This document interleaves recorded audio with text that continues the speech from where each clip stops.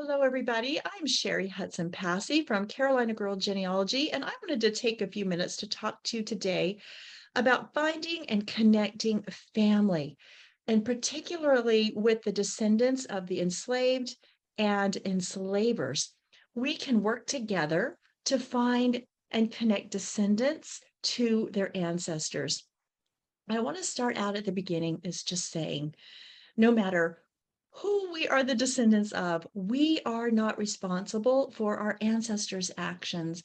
And I think if we can jump through that hurdle and understand that, it makes working together with various groups of peoples so much easier. But I understand there are a lot of emotions when it comes into these types of records and where we're working with descendants of both the enslaved and the enslavers. Both sets of descendants have pain. They're in disbelief when they find these records. There's fear. There's embarrassment. I know, especially for descendants of enslavers. We are embarrassed that we found these records, that our ancestors did these things. There's anger. There are many, many, many emotions that people go through, and we need to acknowledge that it's real. Those emotions are real, and we need to work through them and be kind to one another to help some healing take place. Let's talk about a few minutes about what our responsibilities are. When we find a record that deals with an enslaver or the enslaved, what should we do with it? Now, I talked about embarrassment, and there are some people who want to hide these records, but they're so important. We, as genealogists, as people who are seeking family history, we need to find the whole story. We can't just hide things. We need to help one another. So our responsibility is to keep those records preserved in a way that they can be accessible to other people. And then we need to share the records as well. We not just hide them within our record collections. We need to make sure they're shared so other people can find them. And that means taking originals and seeing if there is a place in a manuscript collection where they can be held so people can find them. That means doing things like pulling out the names of the enslavers, the enslaved, where these plantations or other places were, so people can find those locations and that information. Putting them out on a blog post. If you have a blog, then Google will take those names, and when people search for those names, places, locations, they will come up with what you wrote and people can connect. There are Facebook pages out there, especially geared for African American research, where you can put this information. Beyond Kin is a wonderful place, and that is their goal, is to help these records all come together so people can find each other.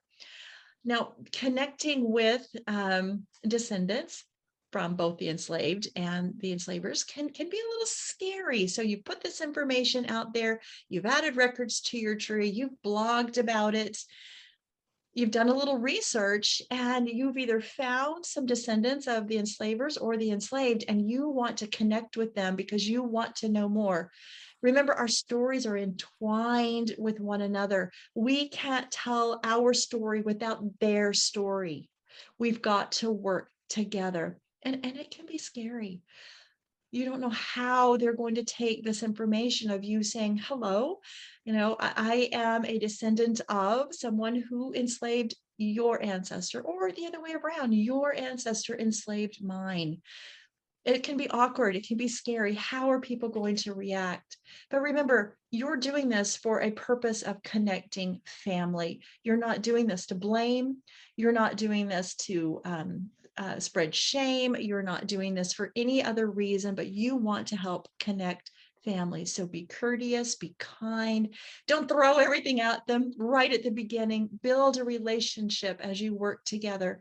And some of those ways you can do that is through the message groups on the message boards, or the email links inside of family trees. Like Family Search has a way to contact people, Ancestry. They have ways that you can communicate. And at first you can communicate anonymously.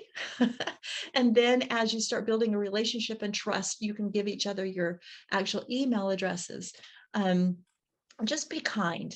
And also remember that no one owes anybody anything. We can't demand, okay, I see that you are connected with my enslaver ancestor. I want to know what you found. You need to send me those records, or the other way around. Your ancestor enslaved mine. Now you send me all the information that you have. Nobody has to connect. We can't force each other, but we can come to each other with love, understanding, and wanting to heal and work together. It's a wonderful thing when you can do that. It's a wonderful thing when you take these names and you want to research down the line and try to find descendants so that you can share with them the things that you have found. What's the best thing that can happen by doing this? Well, like I said, healing is one of the best things that can happen. Understanding of each other, and then connecting descendants with their ancestors. The joy of those names being pulled out of the records, being said again, being remembered, and being found and connected to their ancestors. So we are working on building family together, and that's what we need. That's what we need to do, is work together, because like I said, we are connected through a time and a place that our ancestors shared together. That doesn't mean that that was a happy time that they shared together, but there are records that will help each of us connect to the stories and the past that we are looking for. There's many stories that you can find about people connecting. There's many places out there where you can find to put your information, but I just wanted to give you a short little brief introduction. And if you need more information about or help about how to go about doing this, please feel free to contact me. CarolinaGirlGenealogy.com is my website, and you are always free to email me at Cherie@CarolinaGirlGenealogy.com. I really appreciate you listening to this today, and I hope it encourages you to reach out and find some help with searching for your ancestors, whether you are the descendant of an enslaved person or the descendant of the enslaver. Thanks for listening, everybody.